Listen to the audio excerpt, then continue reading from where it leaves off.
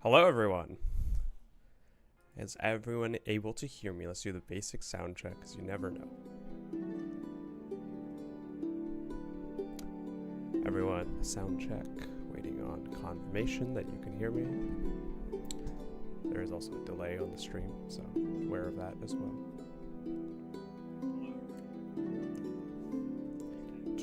Okay, sounds good. Sounds like we have good audio. Yeah, thank you everyone for tuning in today for the end of the Backerkit. It's been wild to get here, to say the least. I think especially the last week kind of embodies all of the amazing things we did in the sense that we were at 40K just a few days ago, like just a week ago, I would say.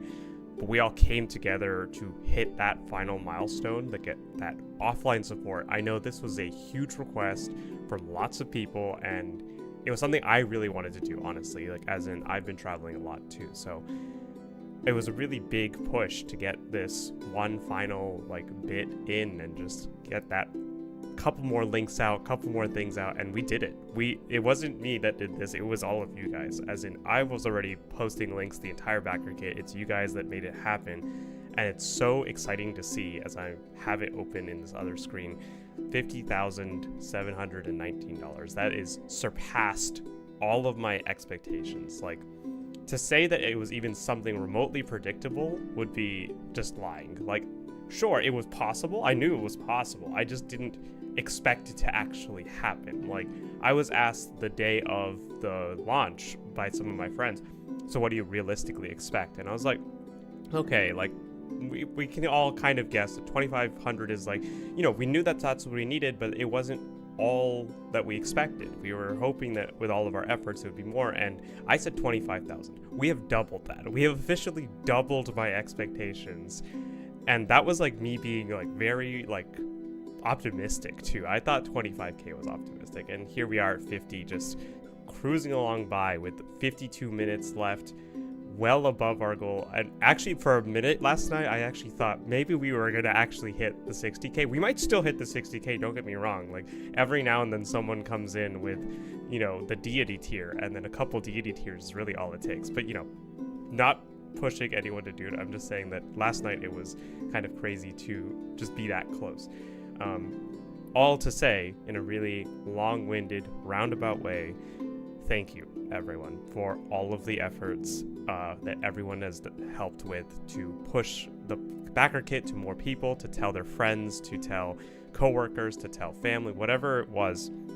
All the little things, those little pledges, all those individual pledges, those little link shares, those casual mentions, those things did a huge effort towards reaching this. Like, we wouldn't be here if it wasn't for those link shares, those mentionings to friends.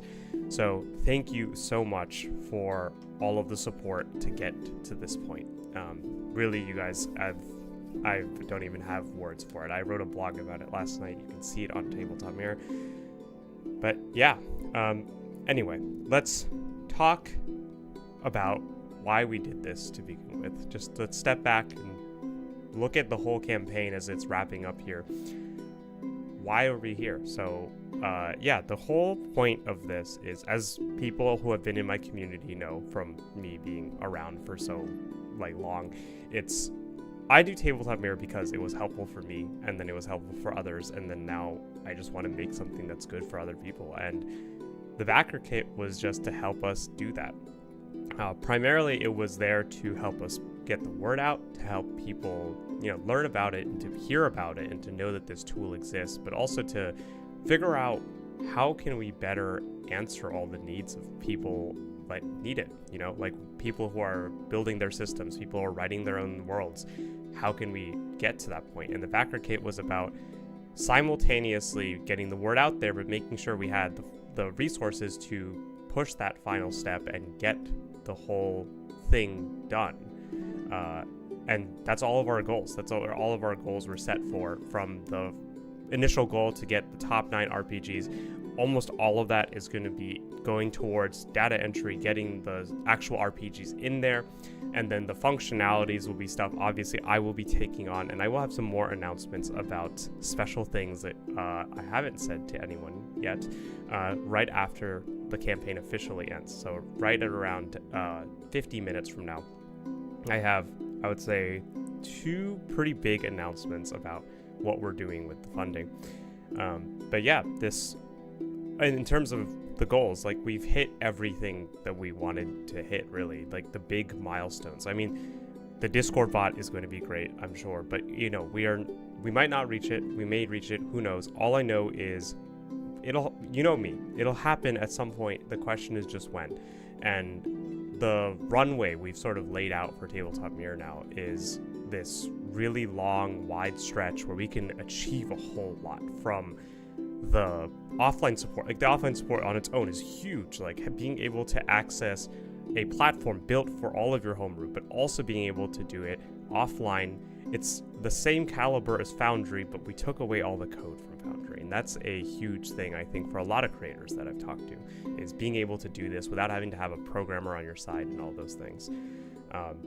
And then other than that, it's the marketplace. We're pushing that final jump to get the marketplace out there, get publishers on board, and work with them to try and help them monetize. And eventually, I see in the chat there's some creators who are making their own indie systems, like from Elizabeth to Kevin. Like, I know both of them are creating some pretty big systems in various ways, and maybe one day they'll push it out there. I know one of them at least is going to push it out there.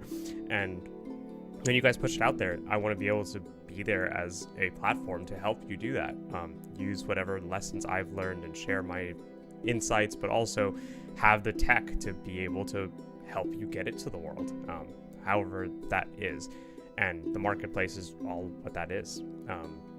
Going on to like our stretch goals, and play by post, of course, with Rollgate, we have a whole operation going on it. But the stretch goals are the same way. And yes, I will answer a Q&A, so feel free to go ahead and throw Q&A into the chat. I will answer it before the Backerkit ends. I'm just going to finish some of the things I know I was going to talk about first.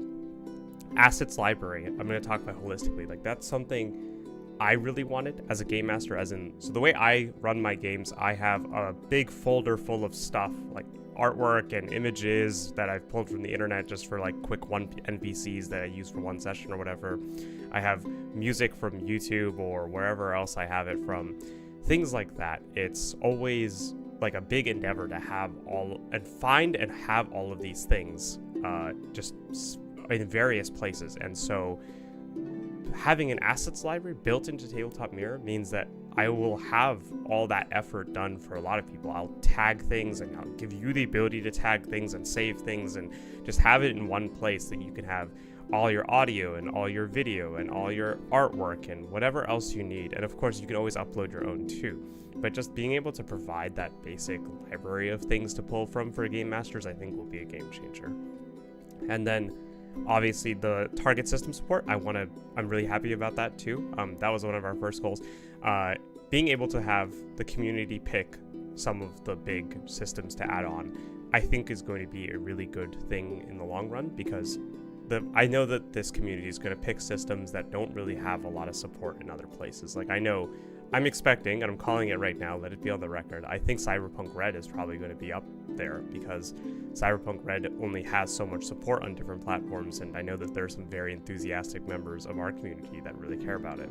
So maybe that'll be one of them. But either way, we're going to do 2, so it'll be cool to see what we end up picking. Boosting the free tier, I'm so happy that we could make it more accessible for everyone. That was always a goal of mine from the get-go, to make something accessible for everyone and to make this whole endeavor something that was a tool for all people, not just for people who back the campaign or people who pay for the platform or whatever else have you. And then, of course, we have card game support, common requests from a lot of people as well, to be able to support card games, even your custom card games, use them in parallel with or in place of decks. 3D battle grids, much in the same bucket, being able to have aerial combat and things of that nature. That's something I always wanted, I mentioned my game uses 3-dimensional combat a lot, at least, sometimes 4-dimensional. But anyway, point being that, it's a big endeavor that I think people really wanted. I'm glad we could do it. Portrait Maker obviously is another big one of those. It's a big one, but it's also one of those things that's not everyone will need it, but it's something that'll be cool to have. So for people who want to have some character art that they can use that is a little bit more tailored to them, this will be what that is. Everyone will basically be able to have at least a little bit of customization on their character art. Ideally a lot. We'll see how much we can get, but we're going to do our best. And then moving on to the bigger ones, like the mobile app, that's going to be huge. Being able to use from your tablet, your phone, whatever you have, and being able to access Tabletop Mirror offline too. Now that we have offline support, I'll mention them both at the same time. Being able to, from anywhere on any device, being able to homebrew any system. It's like the ultimate flexibility that I always envisioned for Tabletop Mirror, and I'm so glad that with everyone's help we were able to get there. And I'm talking about these goals not as something I'm doing. I mean, yes, I'll be doing the technical work, but at the same time, this is stuff that's only possible because of you guys. And to give you a little bit of insight, a lot of these things are going to be like, I need either more manpower to make sure I can keep pushing out features at the rate I want, or it's going to be I need more money to buy technical assets, like as in if I want to get the asset library working up, someone has to pay for that artwork and get things in. It's not commissioned artwork, it's going to probably be more on the stock side of things, but stuff like that. And maybe, who knows, maybe we will commission some stuff, we'll find out. Only if the community needs it. I'm not going to make something specific. I want something that everyone can use, and so it's all you guys that made this happen. So I just want to emphasize, as you're looking at these goals, you should feel like I did this because it was you that did this, not me. And now looking at timelines, that's a question that I hear about a lot, and I figured I'd answer it on the stream because I know that it's going to be a question by some people. When will I have these things done, and when will fulfillment be, essentially? So for dice, I'll talk about dice first because dice is probably one of the things I hear about the most. A lot of people are asking, will I have the dice by Christmas? And that's a great question. The answer is probably yes. I would say definitely, but you never know with shipping. So I'll put it this way. I have the dice right now. I've also talked to, so I will say, funny story, we actually had more people pledge for dice than I have dice, and I ordered a lot of dice, for the record. I was not expecting we would run out, but we have run out, so I will have to order more. My manufacturer has told me they can have the dice done in about 5-ish weeks, roughly. So by the end of September, basically, we're looking at finishing up all the dice, and then we're going to be shipping it out right after that. And then the dice trays, we will take a little bit longer, but we're hoping that everything will be all completed and said and done by the end of October. So by the end of October, from our side, everything's all good to go, and we're going to ship it out right at the beginning of November. The expectation, it'll probably be a few business days to ship. So in theory, everyone should be getting their stuff around mid-November at the latest. I'm hoping earlier. If for some reason something gets delayed, let's say the dice trays are delayed, or let's say that even the dice are delayed for some reason, which I don't expect, but hypothetically, in which case I will ship what I have as we go. If that's what it takes, I will make that happen, and we'll figure out a way to make it fair from a cost perspective. So everyone should have their dice very soon. The dice trays will follow soon afterwards, and then anything else that we have to ship. I think those are the main physical goods that we have. Trying to remember if we have anything else. I don't think we do. So then we go on to the technical stuff. So lifetime memberships, promotion things, all that good stuff. People ask, when do I start the 1-year promotion, for example? If you have a 1-year promotion as part of your membership, or just as a part of your pledge, because the higher tiers actually include lifetime promotions. The hero and world builder tier have lifetime promotions, but if you have promotions, they will start when there's basically 2 things that has to happen. One, the marketplace has to be launched, and that's hopefully by the end of September. And then 2, we need to also have the promotion system set up, which will also be early this year. The main thing I'm thinking at this point is that we're going to aim to have everything ready for you to theoretically promote as early as October, but we won't allow actual promotion of systems until more like January. And the reason is more because we want to reach a point where, you know, the system is good, we've focused on the features that really matter, and we have what we're starting to call the 1.0. That's the next milestone and that's a good segue, is, you know, talking about what's going to happen next few months. All these stretch goals are things I want to include in the 1.0. So when we're in beta, for anyone who doesn't know, we're in beta. You can go on right now and try it out. And the beta is decent. There is definitely areas to improve. There's definitely areas we could do better, but we are getting there. So we are slowly progressing. And I'm sorry, I've just read the chat about the dice. Yes, the dice are real. These are real dice, by the way. I could show them, but they don't show up well on stream. So I'll let you look at the animated GIFs and all that on the site, or on the Backerkit. Anyway, going back to what I was saying. 1.0. 1.0 is the next big milestone for Tabletop Mirror, right? So we're in beta. We've been in beta for a while. Things are starting to really clean up, in my opinion. And I think a lot of our community would probably say similar, like as in it's starting to feel more polished, starting to feel less buggy, starting to feel more like a solid product. There are, of course, some things we still have to do before we can say we're ready for the 1.0 release. And the 1.0 that doesn't mean development stops, to be clear. 1.0 doesn't mean it's over, doesn't mean we stop doing things. 1.0 just means we have the thing we set out to build, basically. Whatever we went out there trying to do, we've done it. That's 1.0. So 1.0 is going to be after we have the mobile app. It's going to be after we have offline support. It's going to be after we have all of the things that we have on our Backerkit stretch goals.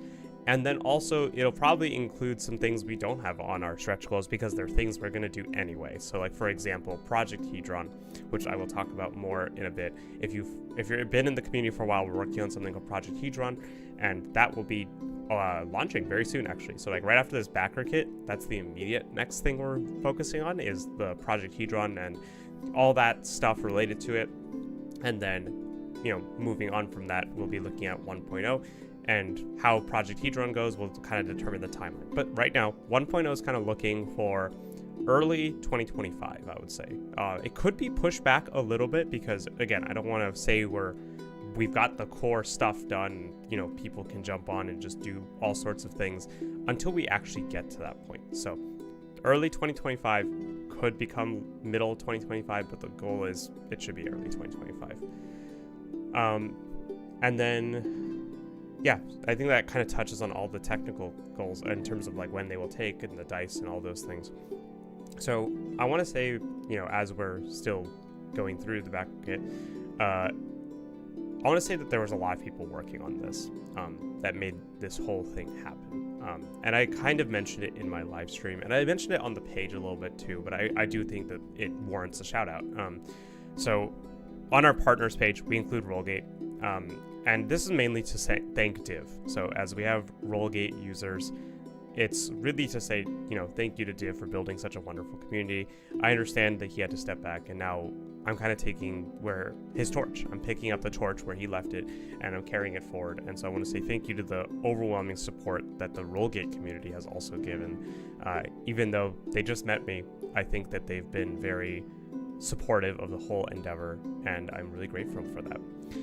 9 Realms is the next partner I list on the list. The 9 Realms is a partner that has done everything for us, basically, from marketing to preparing the Backerkit page. A lot of the things you read on the Backerkit page are written by 9 Realms and then edited by me to make sure everything's all accurate and in line. They really make it so I can continue focusing on the stuff that matters. I can focus on talking to you guys. I can focus on writing the code. I can focus on technical aspects and understanding the problems that people are facing, and writing documentation, which, you know, of course is something I'm lagging behind on, but, you know, we'll get there. But, you know, it wouldn't be possible if it wasn't for them. So they really helped a whole lot, and I can't really thank them enough. Ian Ian leads Nine Realms, and then also his team from Jesse and also Ashley and recently Bobby. These are people you may hear about in the background. They kind of made this happen in a lot of ways, so I'm thankful to them. They also just have been so helpful in getting the right connections to people like Norse Foundry and being able to have those conversations, and they'll be important in our next chapter too, so you'll hear about them again. SideQuest Designs, our next partner. The UX design, she is our first UX person. Her name's Bree. The UX she did was basically the main UX of the site today. So the site that you see today was made by Bree almost in its entirety.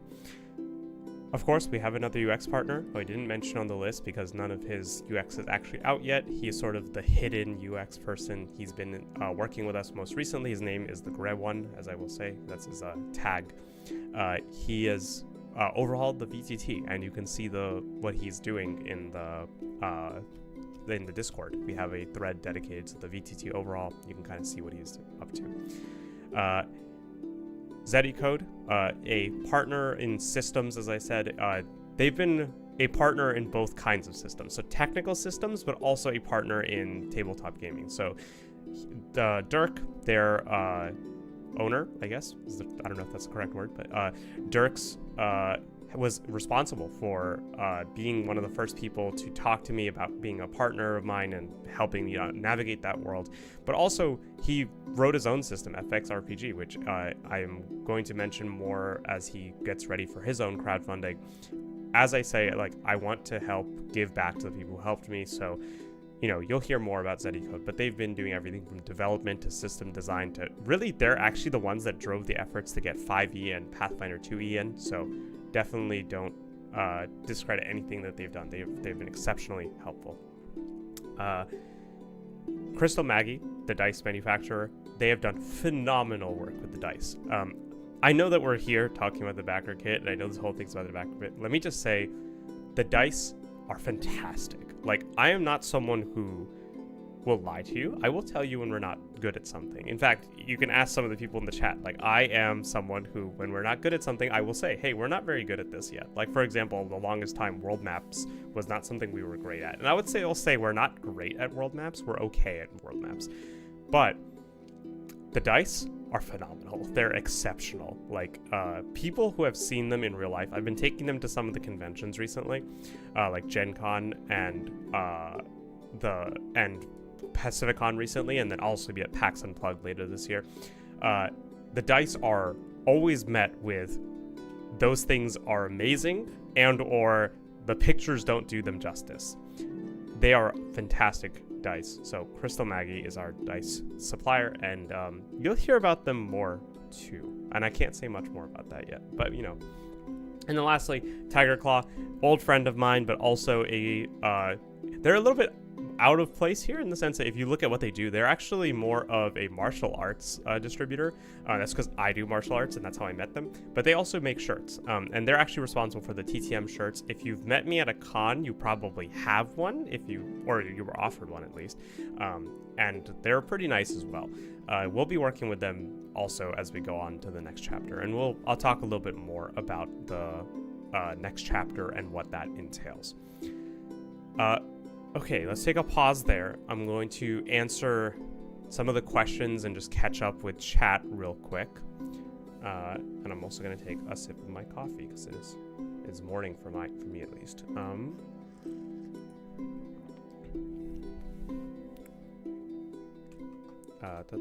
Checking. Okay. Dice are real. Literally learned about this a minute ago. Oh, quick question. Is there VTT functionality today? Yes. I'm going to be honest. The VTT is in today. Like, literally right now, you could technically play a virtual tabletop session. It hasn't been thoroughly play tested, so I expect you will probably find a little bit of clunkiness to it. We're overhauling it. Actually, that's the goal for this week and next week. That's what I'm working on behind the scenes. There's no update this weekend. Normally, every weekend I release an update that's pretty sizable, I would say.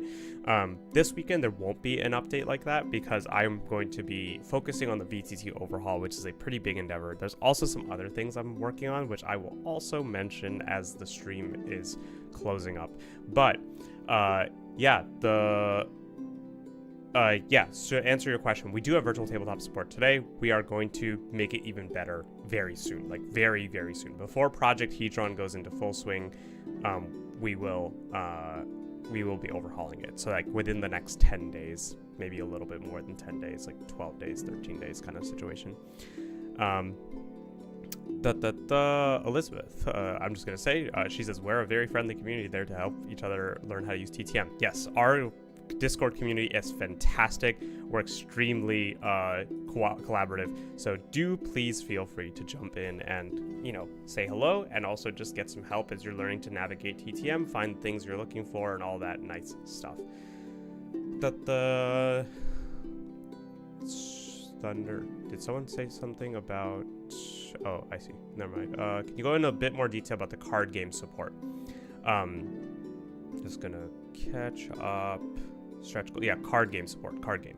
Yeah, so let's talk about card games. So what will our card game support look like? So let's talk about the basic example first. Let's say... oh, sorry. I just wanted to say, actually, I have to interrupt on that. Amanda is my partner, and thank you for coming, Amanda.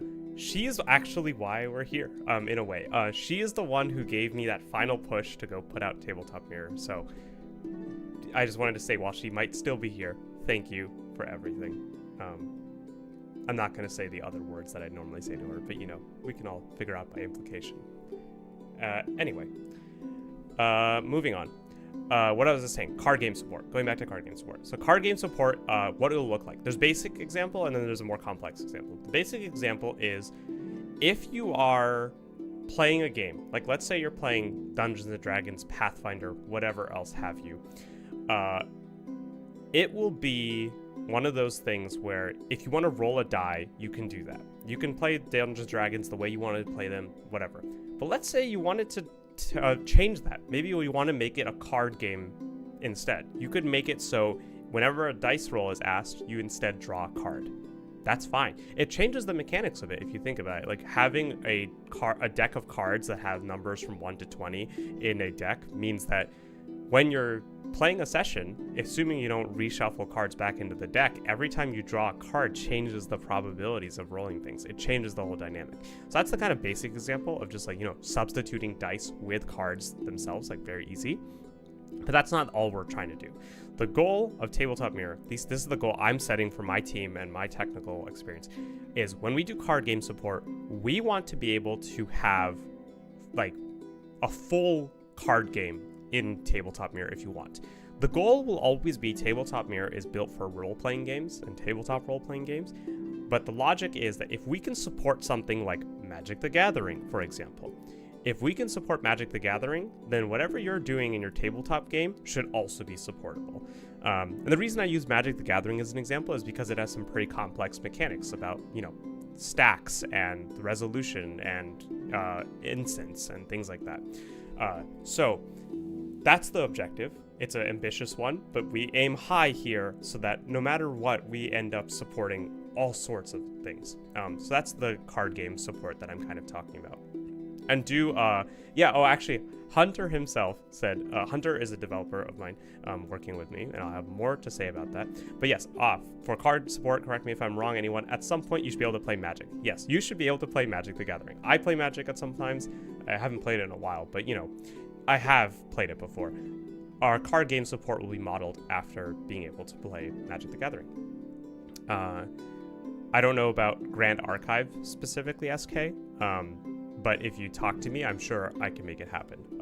Definitely, the goal is just to be able to support all card games of every variety. And, you know, just like we did with tabletop role-playing games, we'll have to incrementally add the functionalities that we need.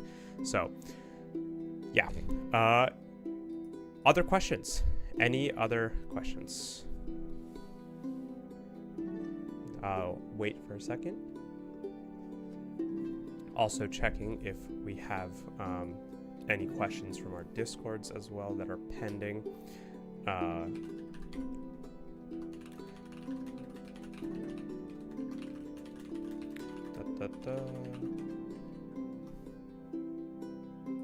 just gonna also drop a quick at everyone everywhere, because, you know, that's how I go. I do see a question. I'll answer that in a second. I'm just dropping a quick message for everyone to be aware that the live stream. Yeah, go ahead. Just ask your question. There's no. I'm not filtering questions there. Everything is open. Let's also quickly check on the Backerkit.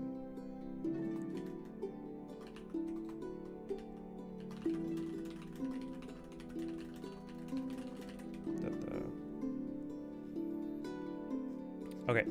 Okay, let's check Backerkit. Backerkit, we're just shy of 51. Again, incredible. I'm floored. I'm always floored by the support from everyone.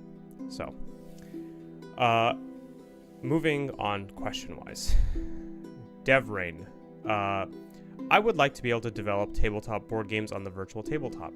Can this be possible eventually? Yes, that's our whole mission. That is the mission of Tabletop Mirror. You can develop. Oh, I guess sorry. There is a slight differentiation I think was intended here. Can I specifically I think the differentiation is develop tabletop board games on the virtual tabletop. I was talking with Hunter actually at our last convention about board games because there was a lot of board game presence at PacificCon. We were kind of thinking about, is it possible to do board games on Tabletop Mirror? The answer might be yes. I actually don't know. I've never tried, but like, I'll put it this way. Like, I think if you can play Dungeons and Dragons on a platform, you can play Monopoly.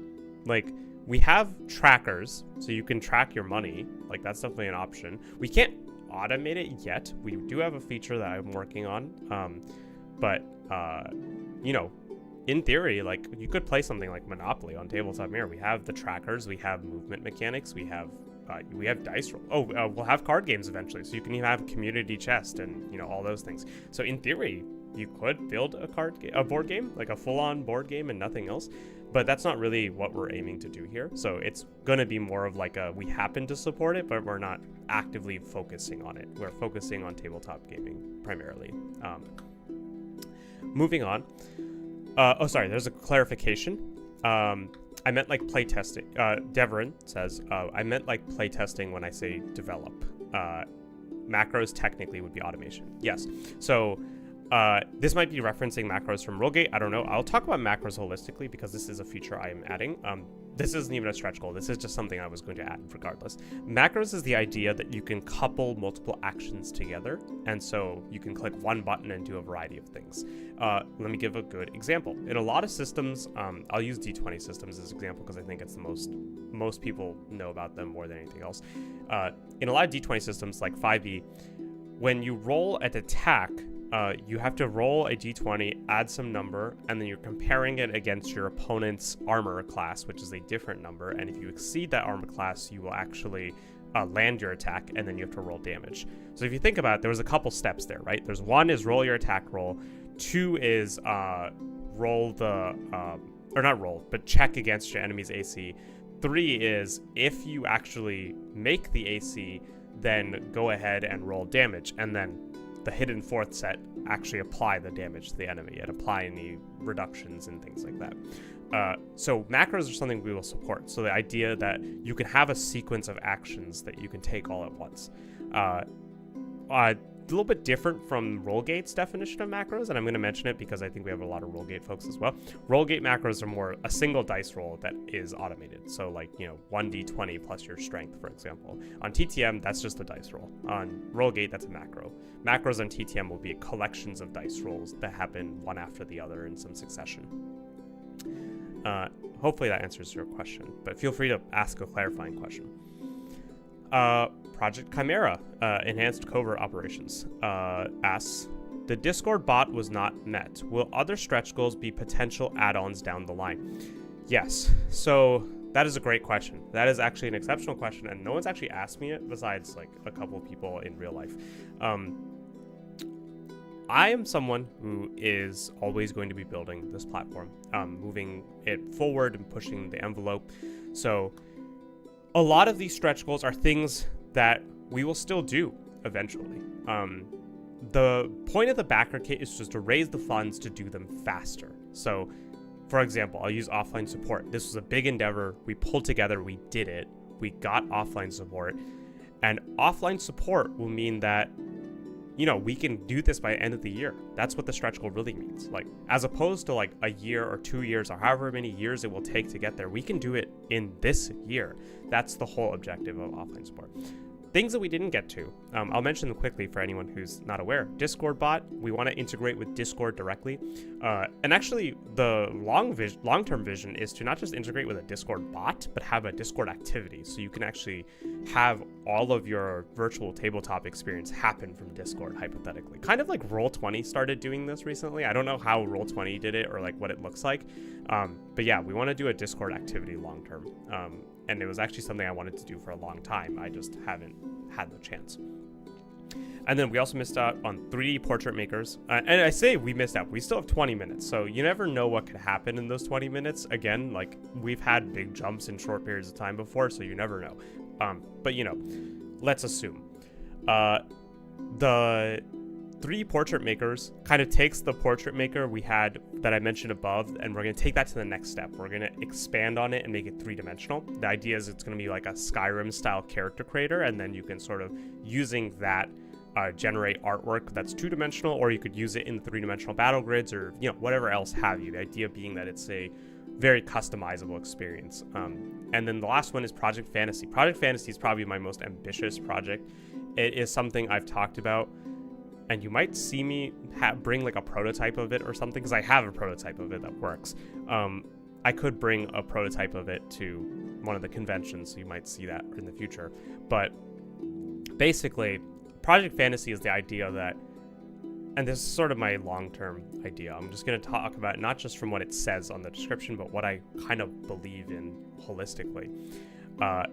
Long-term, the Project Fantasy, the whole idea of it is that we don't have to have a digital world or a physical world. We can kind of integrate them together. The idea that you can roll a physical die in front of you and then watch it roll across your virtual tabletop in real time. And then have all your party members also see it roll across your screen, their screens as well. This is a really ambitious thing, but it's also something I know I can do. As in, I've already built a prototype that works for my specific dice, but it only works, you know, 50% of the time or so, but it does work when it does. And so Project Fantasy, the whole point of that stretch goal was to build the funding together to get that last 50%, to make it actually work holistically. And the best part would have been, it doesn't need some sort of specialized dice or specialized dice tray. It would just take a web camera and that's it. And yeah, it would be amazing to do, and we are still aiming there. We're still going for it. It's just, we're not aiming for it today. And we'll aim for it maybe next year or the year after. But yes, to answer your question, the question was mainly about, you know, will other stretch goals be potential add-ons? Yes, we will still be shooting for these things. These are not things that we will forget about. And the way we get to them will either be, there's a couple different ways it could go, and I'll talk about it more later when I talk about what's in the next chapter. But we will get there some way, somehow, eventually. And I'll leave it there for now, because I'll come back to that question in a way later, right as the Backerkit's ending, and I'm having my big announcements that I've been mentioning that I'm hiding. Creative Octopus. I think the success or failure of this will be the learning curve. It's not prohibitively difficult for someone not computer savvy to create a rule set, but it's the best argument for argument. Yes, or for adoption. Yes, so Creative Octopus was basically saying, like, the learning curve is still there. Like, Tabletop Mirror still has a bit of a learning curve, even though you don't need technical skills like coding or programming. You still kind of need to understand how it's going. I would say right now, if you're comfortable with computers, you can use Tabletop Mirror pretty easily, maybe like medium difficulty easily, somewhere in that range, and we're trying to reduce that learning curve. But yes, long term, we need to make that learning curve very light, and that's the goal. And we will get to that point, and it'll take some time and some iterations and feedback and community interactions, but we will get to that point. The reduction of the learning curve is probably the #1 priority in my mind, at least for the next few months. And it's also really what I think defines the 1.0, is getting to a point where almost anyone, even if you're not computer savvy, can go in and work with Tabletop Mirror and actually make the thing they're trying to make. So yeah, good point. Moving on. Creative Octopus, can you create macros that link to the character sheet, such as clicking a button that activates a range or dice roll and results? Yes. So we already have this idea of interactable buttons on the site, in the sense that when you create a character sheet, you can directly embed buttons into the actual sheet itself. So you can have a character sheet that is sort of designed for usage with a virtual tool. Rather than just having what seems like a paper PDF that is put on your computer, you can have a clickable PDF with buttons and automations and all those things. When macros is done, macros will be integrated in that too. So you could have a button on your sheet directly that says roll an attack roll with this longsword, or you could have a button that says cast this particular spell, or you could have, actually we already have that one, cast this particular spell is already something you can do today.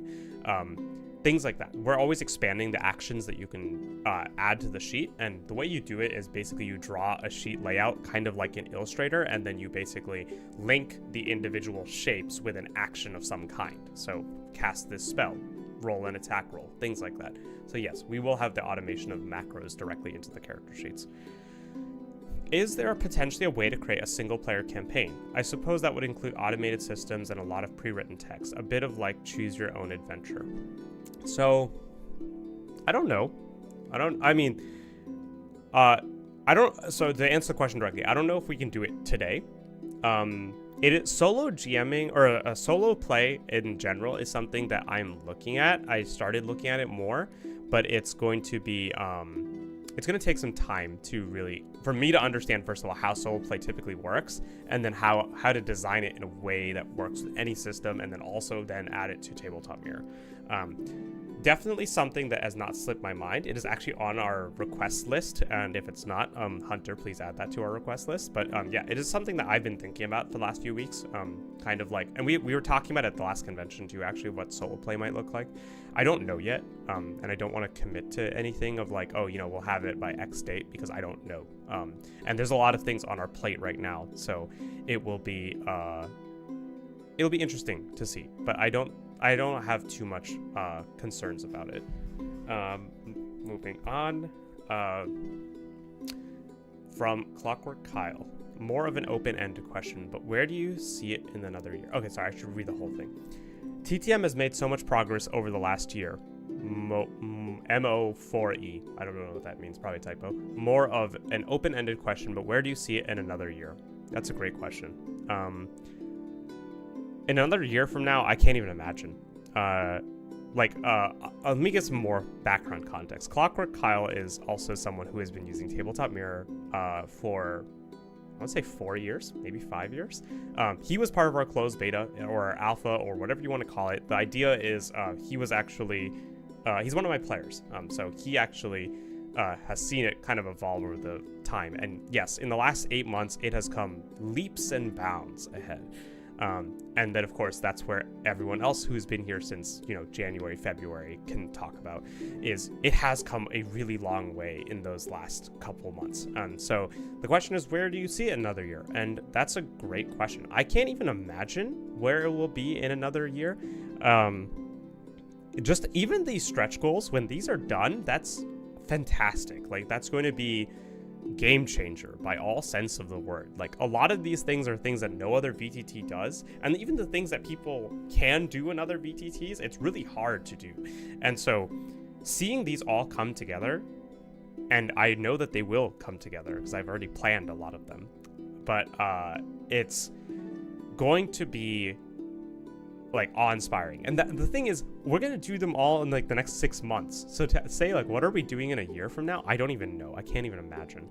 I know that Gen Con next year is on my map, and it's on my radar. We will be going to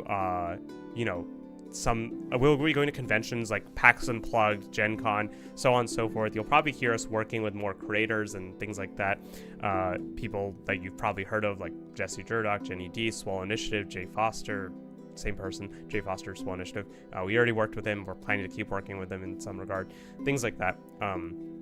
So it's going to be, I don't even know. Like, I can't even imagine. Like, in a year from now, I think we'll have a really amazing, clean app. Like, I think at that point, like, it should be one of those things where you enter Tabletop Mirror and it just works. Like it should feel almost like magic. And I think it already kind of feels like magic to some people, like how easy it is to use. And not Magic the card game, I mean magic as in like literal magic.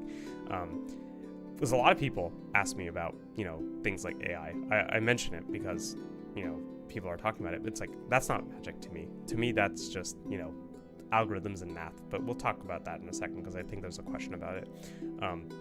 But yeah, I don't know where it'll be in a year. I know that it will be amazing. I know it'll be fantastic. I know that it will be the stuff of a lot of people's dreams and the stuff of my own ambitions. So, hopefully some folks stick around for seeing what that is, and hopefully some of you guys will be there now and also there in a year. And when I do my 1 year in live stream, we'll talk about it. We'll try to revisit that whole question, and we'll talk about how far it's come, and then maybe I'll try to predict the year afterwards. I don't know. And I'm gonna say ambitiously, maybe we'll even get Project Fantasy working by a year from now. Who knows? Let's keep going to questions.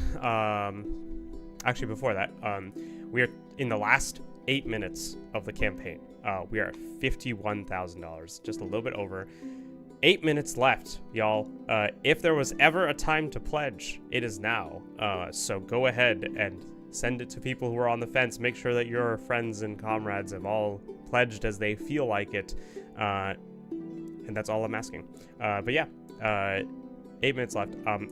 Before I continue, I will continue with all these questions. But before, I want to take a quick pause because I already thanked the partners. I want to thank the people who aren't official business partners, but who made this happen in their own ways. I already mentioned Amanda. Amanda is my partner. I love her very much. And she kind of made this all happen. As in, she gave me that push to take the leap, to put it out there and just kind of see what happens. And those of you who have been here since January, you can definitely see that I've took some time to fall into the rhythm, to feel more confident in what we're doing here, and to feel like we deserve to be here. So she's the initial domino that started everything else. So worth thanking her. Talking about other people, I want to mention Kevin D. I think I saw him in the chat somewhere. Kevin is also been here since not since the beginning of everything, but the beginning of at least the open beta. He was, I think, the first serious user of Tabletop Mirror, and oh boy, did he find a lot of bugs. He found a lot of bugs and a lot of issues and a lot of things, but he helped clean it up and polish it and make it where it is. Like through his bug reports, his patience, I can't thank him enough for everything he's done. So, and at this point, I come to look at him as a friend of mine, like a close friend of mine. So, thanks for joining me on all the fireside chats, Kevin, and everything of that nature. Your support has been really helpful. Speaking of other people who have been here for a very long time, I want to mention Elizabeth. Elizabeth is at least in the Discord. I'll put it the way I think the way our Discord talks about Elizabeth. Elizabeth knows everything because she just does. Yes, it's very accurate. Elizabeth has been here for so long, and she knows absolutely everything there is to know. Like sometimes she knows answers that like I'm like, I don't even know how she knows those answers, but she knows the answer somehow. So thank you so much, Elizabeth, for all the help in the community. I know that our community looks to you as a sort of leader in your own right. And so thank you for being there and being a part of everything. Moving on, what else? I want to mention Kyle, Clockwork Kyle. I already mentioned it earlier. He's a player of mine. He has been here for so long, and he's been incredibly supportive on this journey. He is a real-life best friend of mine, and I still remember the first time we met, like in college, where he joined a club that I had started, and he was supportive that day too. When I was running that club, I was the president of that club, and he was like very kind to me. That was my first time being the president or leader of really anything serious, and he was supportive then, and he was supportive now. He has been supportive for Tabletop Mirror since the get-go, and I'm so happy to have him in my life. In a way, he's also why we got here and how we got here. All these people, everyone I'm mentioning right now, is people that changed of something. They are the reason we got here in their own rights. Who else? I think those are the major people, but I also, of course, want to thank all the community members that have been here chiming in. Eldritch Void pushing Cyberpunk, very big thing. Oh, fun fact, Elizabeth's been here since Pi Day. Good to know. But yes, Eldritch Void pushing Cyberpunk, I'm sure it'll be essential. And all the other feature requests, people who join me for fireside chats, things like that. It's been a wild ride, and yes, there will be a fireside chat today, so if you ever want to talk to me, and not just in a live chat, but also actually join me on our Discord to just chat live, there will be a fireside chat tonight. And all the suggestions that people have given, I can't even enumerate everyone. There is just like a flurry of names in my head from Discord of people who have given me suggestions or feedback, people on Reddit who have given me suggestions and feedback, people who have given kind words, some people who joined very recently and have already become special to me in their own right because of how much effort they've put in. I can't name them all. I just can't, but you know, I'm humbled by all the support, and so thank you. I'm going to go back to questions as we're wrapping up the live stream. We are in overtime mode, so we are 8 minutes left. Again, even though I said 8 minutes a few minutes ago, as people keep backing, the timer will be extended. So we have 8 minutes again. It's now 7:47, 7:46, so on. If it runs out, that's probably it. But, you know, until it does, you know, the backer train will keep going. We're at 9 people in the backer train, 51.2, and you know, keep counting. Anyway, I will answer more questions while people still filter in, filter out, and all these things. Question from Deverin. Dynamic in-character languages for character speech possible, as in Elven, speak friend, and enter equals question mark. Yes. That is something I want to do. Character custom languages is in holistically something I want to do. It's one of those things that is not been essential enough to prioritize as of this time, but it is something that we will do eventually. So expect it eventually, expect it on the roadmap, expect it in all of our like feature planning, but I don't know when it will be. We have to prioritize some of the more big milestones and landmarks. That might actually be something that we can actually hold off till after 1.0. That might be like the first non 1.0 feature. So who knows? Continuing on. Will you be forced to use Gmail in the future to log in, or will any email be fine? Yes. So this is a feature we've been getting a lot recently. Our feature request. Using Gmail versus using other platforms for login. So yes, we will eventually. I think you can right now on the Google login, you can actually log in with a non-Google account. Like you can use something besides a Gmail and it'll be fine. But in the future, we'll actually also have logins through Discord and logins through Facebook. And then after that, we'll see. I do want to add, because some people have been asking about it, I want to at least assess how viable it would be to have native logins. So like you create an account on Tabletop Mirror where you have your own username, password, and all those things. It's a little complicated, and I can talk about it more at length in like a Discord channel or a Discord something or a voice channel or even on a Reddit post. So like whatever platform you're on, leave a post and I can give you a more detailed answer. Native passwords are a little it's an extra complication that it might not be worth it. But yes, we will have Discord login, we will have Facebook login, and I think the current Google login actually allows you to log in with other non-Google emails. So yeah. Thank you for the kind words, Creative Octopus. This was totally awesome. Thank you for doing this. That's what Creative Octopus said. This is totally awesome. Thank you so much for doing this. Hunter's adding it now. That was probably the feature I asked for a second ago. Creative Octopus. Let's say Bruce Wayne decided to take up RPGs and drops 5 million in Tabletop Mirror. What's your dream wish for features you haven't mentioned? Oh my god, that's such a great question. No one's asked me that. At some point, I humored the thought of like, oh, what if our Backerkit does exceptionally well and we become like, you know, Cosmere with like 12-point-something million or whatever. It's so crazy.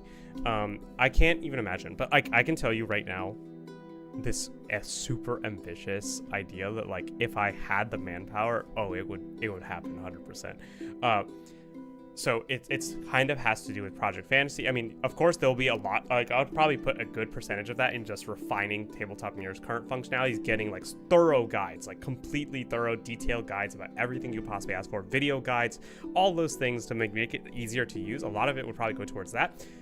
But that would be enough to realize Project Fantasy's like full ambition. And that full ambition is being able to play a game at a table, like, and have other people at their other tables across the world, and being able to move miniatures in real life, roll dice in real life, do things in real life just like you were playing classic pen and paper D&D or whatever game you're playing, and have it all translate in the virtual tabletop. Not even just have that.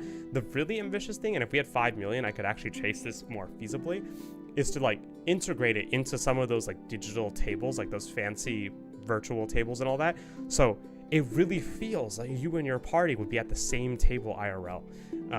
That would be the really ambitious goal, and it's not gonna happen easily. But you know, that's like the feature that if I had no limitations on income or anything like that, that'd be what I would do. Yeah, that's a great question. I like that question. But yes, there's also probably other smaller features I'm not mentioning, like custom language support, custom maps. Would be cool to have if we had 3D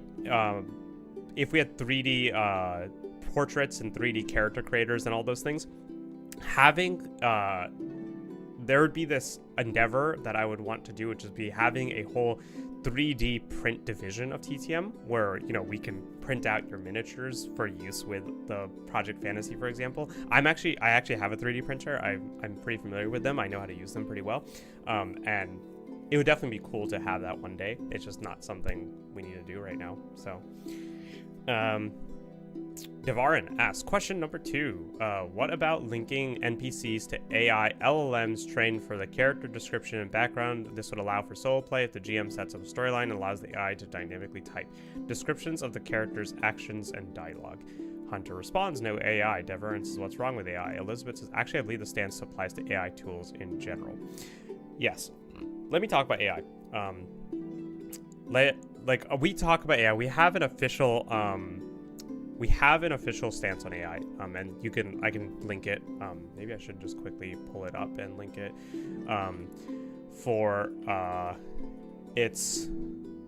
AI is one of those things where it's a really complicated topic. And I'll give some context, actually. So I have a pretty extensive background in AI. I'm a technical lead for AI-related things in some places. Not generative AI necessarily, but just sort of the tools that generate the tools that make AI. So like really far up the chain of like technicalness. AI is complicated in the sense, not from a technical perspective. I mean, it is complicated in a technical perspective, but you know, that's not the important part. It's an ethical thing, right? It is simultaneously a tool that can do a lot of good. It can make indie developers have an easier time making artwork and putting out their stories and all those things. But it can just as easily hurt a lot of people. It can take away jobs from artists and make it harder for artists to make a living themselves. And that's sort of been the whole debate. And really, from what I've seen, the RPG community is kind of split on this as well. Like, as in, there's a lot of people who are very against it, saying that it destroys the hobby, it destroys the artist industry. And even if it's replacing AI, if it's replacing sorry, I was getting a call. Even if it's replacing the game masters, like that's concerning. That could be concerning. Even from system designers could be replaced theoretically eventually. But on the flip side, then you also have to remember, like, a lot of indie developers don't have a lot of cash, and making a system is hard. Making a thing and putting it out there is expensive. Like, Tabletop Mirror definitely wasn't a $0 investment on my part. It's definitely like I'd be a deity pledge at the minimum. And so it's a complicated question. But the official stance from Tabletop Mirror, at least as of right now, is we will not have generative AI tools and anywhere in the near future. Like, I can't even foresee having generative AI tools. There are legitimate uses for AI that I think are more fair, and those are things that we might do one day, and like I'll be honest, like we might do it, and those aren't things like generative. We'll never do something generative. We'll never do something that involves replacing a person. We might one day have a tool that's like, oh, you know, what's a good example? Like, translation. Like if you have different languages and you want to translate between, like if you're playing like a game of, you know, like a play-by-post and you want to translate between different people in different languages, a lot of those tools are powered by AI. Like it's not even something I have to think about, like as in if I were to put it in, like if I use Google Translate is going to use AI behind the scenes. I think, to my knowledge. I don't know that for a fact. And so, you know, it will, it's a complicated question. I would never use generative AI, at least as of the foreseeable future. If we had AI of any kind, it'd be more like stuff that literally can't possibly replace anyone, like, you know, translation tools or things like that. There's also another example of like, you know, autocorrect, like having autocorrect as in if you're taking notes with your party and you like misspell a word, you could have autocorrect to basically, you know, correct the spelling of an NPC's name, for example, or something like that. So things like that. But again, no generative. I don't want to do generative. Just a lot of tools are AI behind the scenes. Actually, technically, because I use Illustrator, like Adobe Illustrator for a lot of the graphics, technically there's AI in Adobe Illustrator because that's how Adobe does things. A lot of tools that don't seem like they have AI do have AI in them somewhere, at some level at least. So, especially with the way the world's going. So yeah, hopefully that gives them thing. Project Chimera actually responds to it also. It's unlikely LLMs can manage this at the time. They still have context windows that are too small. Basically, they don't have the memory to run more than a single scene properly. Yes, that is actually a real, as someone who works in the field, yes, it is something that is a legitimate shortcoming, but it is being fixed through various fancy methods. So, Devarin, that's missing a lot of possible functionality that makes experience for players much better. Devarin says they only need the context of what they're doing. I'm just going to skip down to another place. Devarin responds, coming from a game development background, as far as for the VTT, no, that's something else. But generative AI could help GMs avoid burnout by allowing the GM to train the AI LLM on a specific NPC so they don't have to bother upcoming with that content. Yes, again, I get it. Like, it is a double-edged sword. It's, at least that's how I would use it, just like the small talk of shopkeepers, innkeepers, and the like. Yes, I get it. I understand. Like, I'll put it this way. If you have ChatGPT open another window and you want to have your, you know, AI tool to generate your NPC, I'm not going to stop you. Tabletop Mirror doesn't ban AI tools. It's not like you can't upload AI generated content. I will eventually have you force everyone to mark explicitly what is and isn't AI content, but I won't include the AI integrated into TTM, if that makes sense. So it'll be something you do outside of TTM. If you bring it in, then fair enough, fair is fair, but I'm not going to allow you to, I'll not have it, I won't have it integrated directly into the tool. So, yeah. And yeah, Project Chimera said you can still do this in your personal game. Yeah, you can still do it in your personal game. I'm not going to stop you. Going on to the next questions.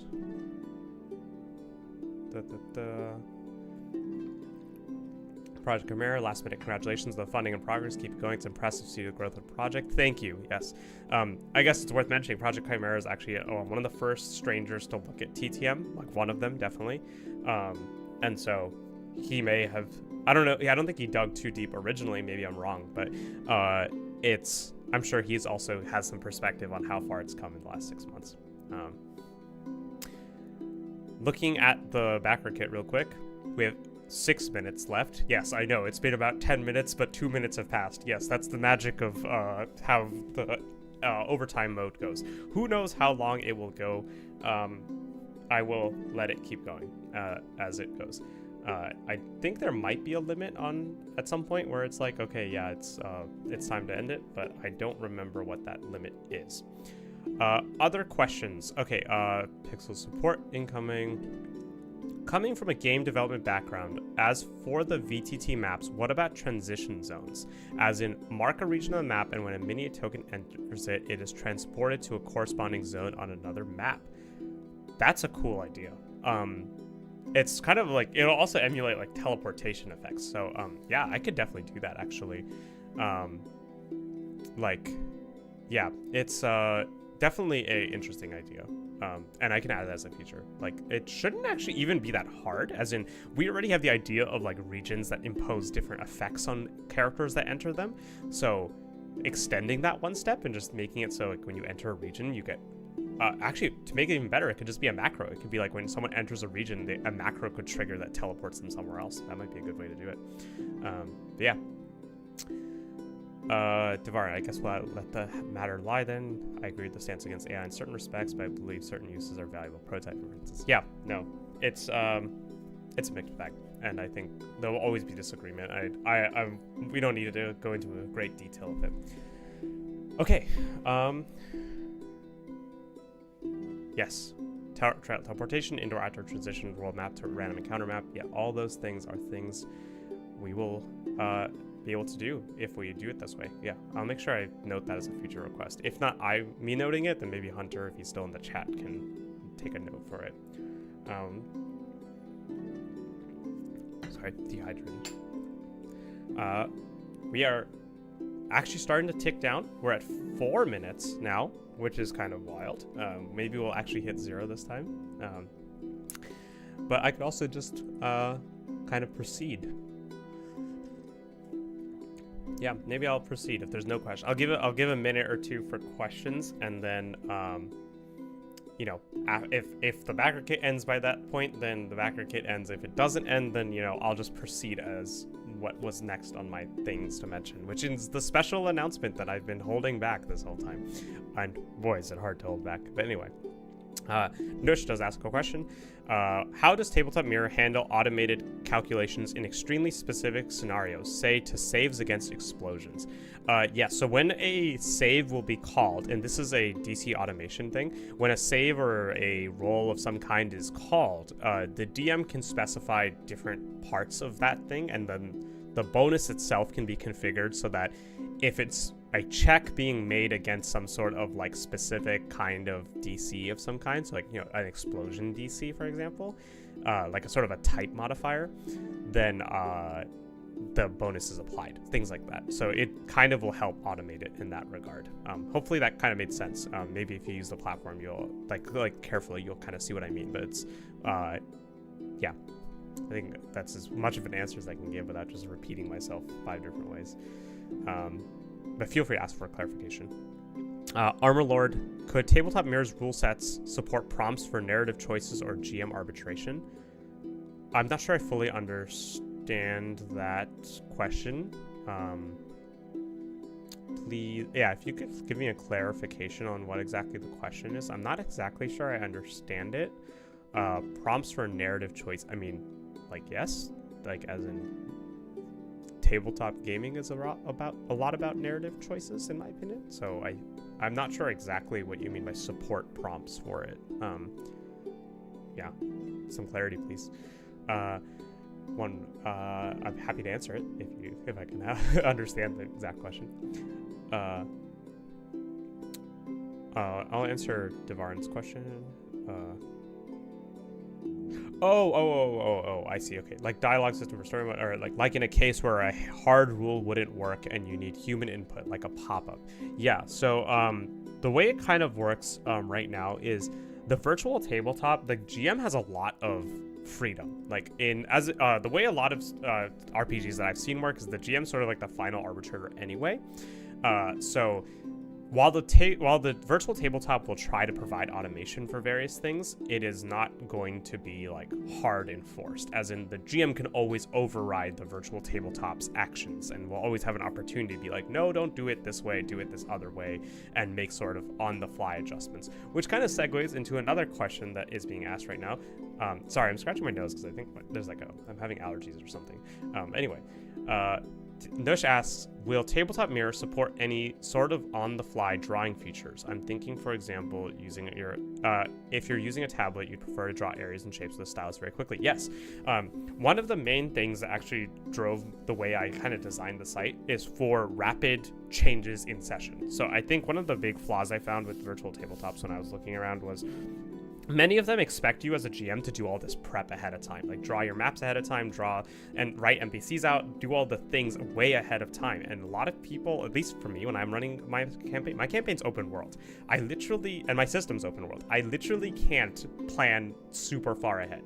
Like, I can take an educated guess, and I do take educated guesses, but there are so many times where I have to actually mid-session draw a map really quickly because the party might start a combat imminently, and I had no idea that they would do that.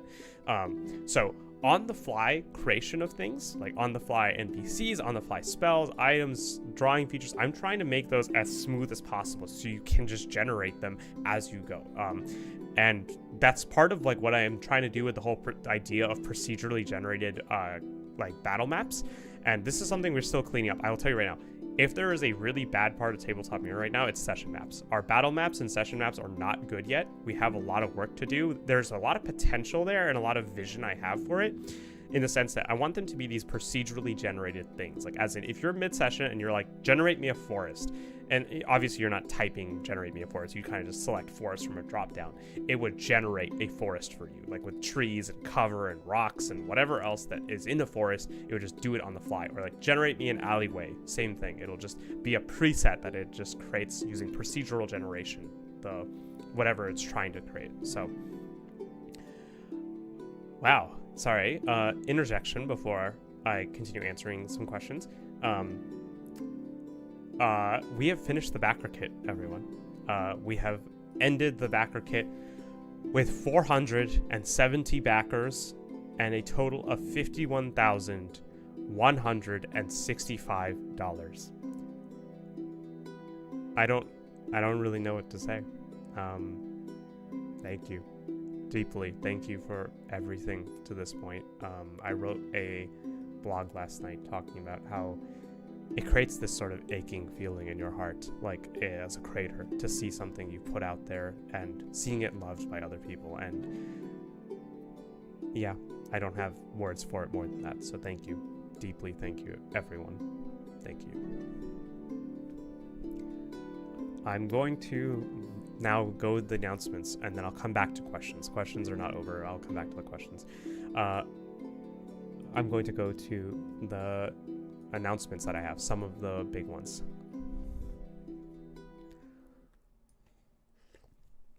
Yeah, so I'm cutting the music for a second.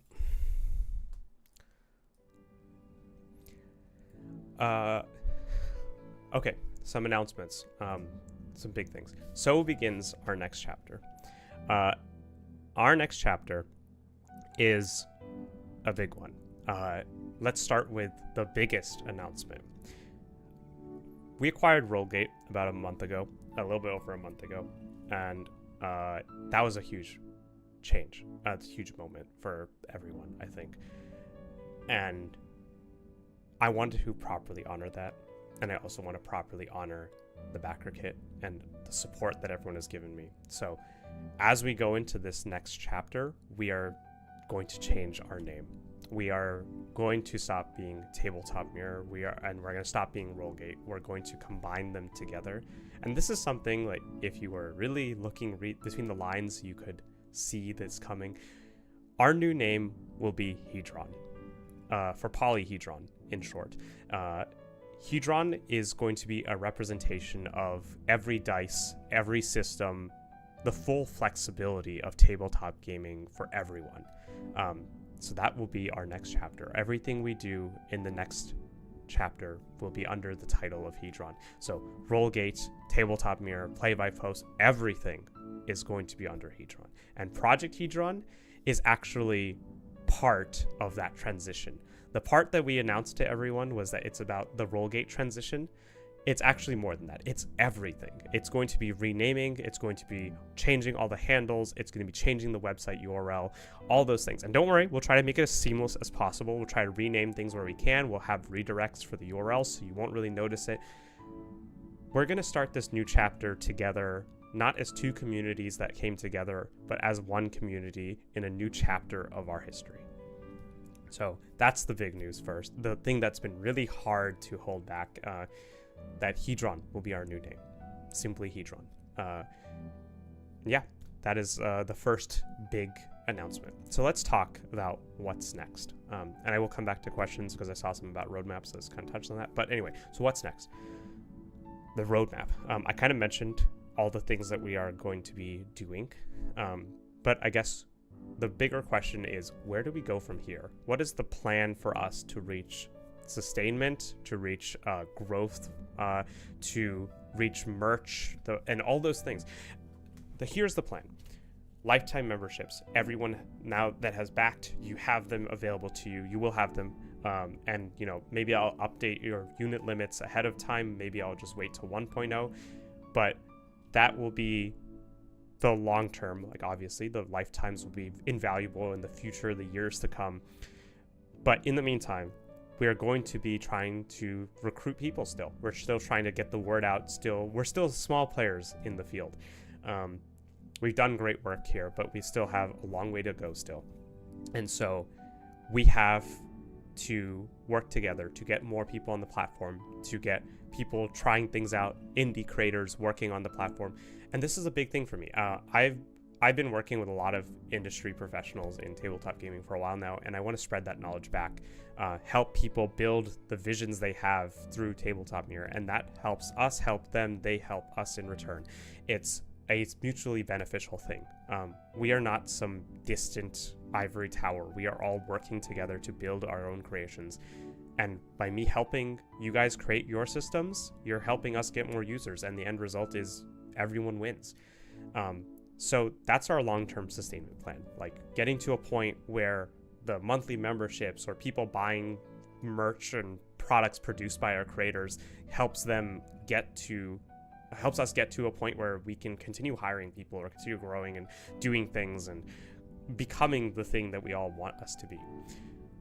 But between here and there's a long gap where you're like, well, what are we doing in the middle? So we have a lot of plans that are being worked on behind the scenes. I can't say everything yet, but I want to give some basic context. Publishers. We are, in addition to working with all the small-time creators, we are also we're reaching out to big creators. We've already started the conversation with some publishers. We've reached out to Artalsorian for Cyberpunk. So, you know, if they don't reply, maybe I'll have people start nudging them to reply. But Artalsorian, Wizards of the Coast, Paizo, Free League, you know, we'll talk to them all. There's no one we won't talk to, at least that I know of. And we'll send out emails, we'll talk to people, we'll get as many people on our ship as we can, and then together we'll build something really great, I think. Having a platform where you can play any game, every game from a single place. And then, of course, you know, as we bring those publishers on, many of them will probably want to sell their content. I'm sure Wizards will want to sell some of their adventure paths. I'm sure Paizo will have their own creations that they want to sell. Maybe even the core rulebook of Pathfinder will be something that they would want to sell. I mean, we can give the SRD to everyone, but if you want the core rulebook, there might be licensing that you have to buy. And TTM takes a small cut of a lot of those things. We'll take 10% or so. It is, yes, that is very accurate. Yes, it's only 10%. We're aiming to be 10%. I will say, just to be clear, it's 10% as of right now, because that's what it seems like the tax and credit card processing fees turn out to be. It could go up to 15, just depending on local taxes, like as in some countries might have higher taxes than others, or some regions might have higher taxes. But yes, 10%, whatever it takes to cover the fees. It's really 10% after the fees and all that. Well, yeah, we'll see. And we'll try to get everyone. We actually already started the conversation with some other publishers that you might be familiar with, like Gooby Cube. So we'll see what happens. Okay, what else? It'll still take time to get to that point. So what's between now and there? There will be merch. We'll have more merch. I'm not going to give it out right now. And of course, the Backerkit stuff will be Backerkit exclusive. You will not, with the exception of the dice trays. The dice, the blue Lordorite, those are your permanent markers of you were here. They will always annotate that you were here at this moment. And then virtually, you'll also have your profile flares and all those things. As backers, you will always be the people that were here. But as time goes on and we move on to the next step, we will have more dice, more varieties of dice. We'll have shirts, we'll have maybe even jackets, we'll have enamel pins, things like that.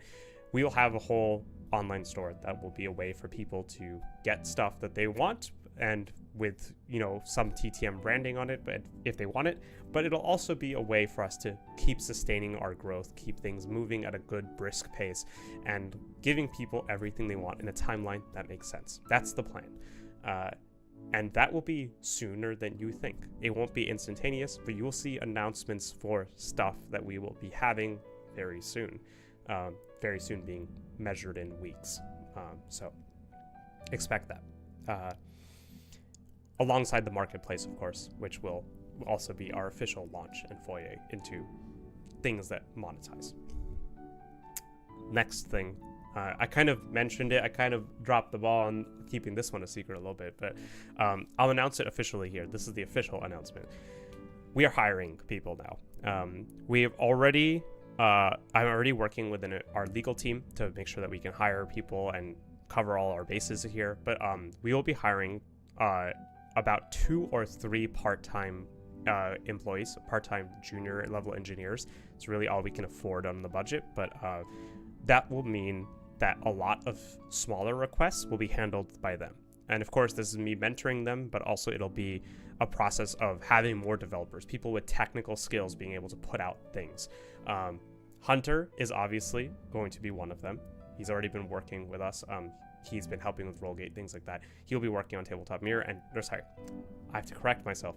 He'll be working with us on Hedron the whole way. We are also talking with other people to try and see who's a good fit and make it happen. But we're looking at 2 or 3, each working around 20 hours a week, roughly. So that will, or 10 to 20 hours a week. So it will increase our velocity there. So if you know technical folks, or you are a technical folk who wants to be a part of Hedron, let me know. Our budget is quite limited, so we're really only looking for junior level, and even junior level is probably not the rate that you might like. So reach out to me. At the very least, we can talk about it, and then we can see what happens after that. So expect that. But this general hiring will help us keep that velocity. People were wondering, how are we going to do all these things? Well, this is how. A lot of the smaller tasks, a lot of bug fixes and small features, and even some medium features will be delegated. And of course, we'll be working with Zeddy Code to have the occasional more senior level engineer working with us for a couple of weeks at a time. So that's the plan, the holistic plan at least. Going back, now I've given all these big announcements. Questions that you have about the next chapter, this future. And you'll see all this again in various ways. You know that we're going to announce this on every single channel we have over and over again. But yes, feel free to also ask questions. I'm going to go back to where we were talking earlier. What about prefabs for the map making? As in, if you make a 3x2 house of individual tiles, you should be able to duplicate as a single 3x2 tile. Yes, we are going to also have prefabs for map making for things like that, and auto-generated prefabs as well.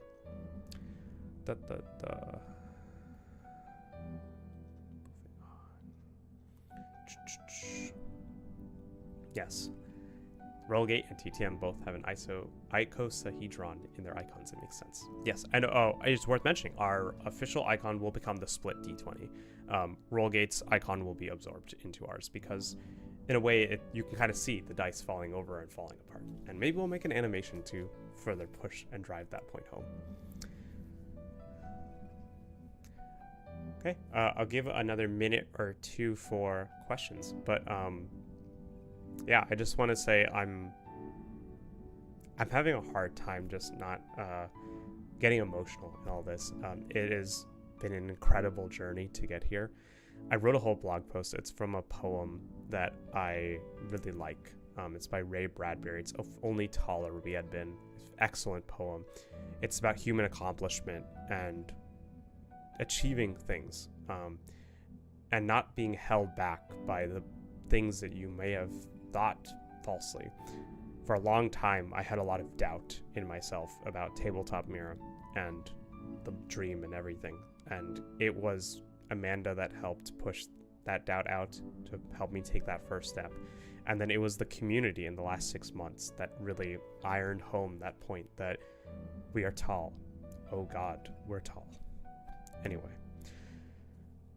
I don't see any questions. I'm going to wait 1 more minute, and then I think that'll be it for today. And I'll be doing more of these live streams even as the Backerkit ends. I think the hope is I'll be able to do it at least once every 2 weeks, partially to answer questions. I'll probably do them for about an hour. They will become sort of Q&As, but they'll also become recording of me using the platform and writing a guide, basically. So I'll basically be writing a guide live so people can ask questions as I go, and then they will act as documentation while we wait for proper, well-polished documentation as well. And maybe if I do the guides well during the live streams, then the recordings of the live stream can be used to help make the video guides. So we'll see. It has been an incredible journey. A busy one, a very busy one, but an incredible one. And I'm excited for this next chapter of Hedron together. All right. I think with that, it's about time to end it. Thank you, everyone, for being here. It is... I don't even know what to say. Thank you. Thank you for supporting the campaign. Thank you for sharing the occasional link. Thank you for making Hedron in your own way. I'll see you again next time. Goodbye.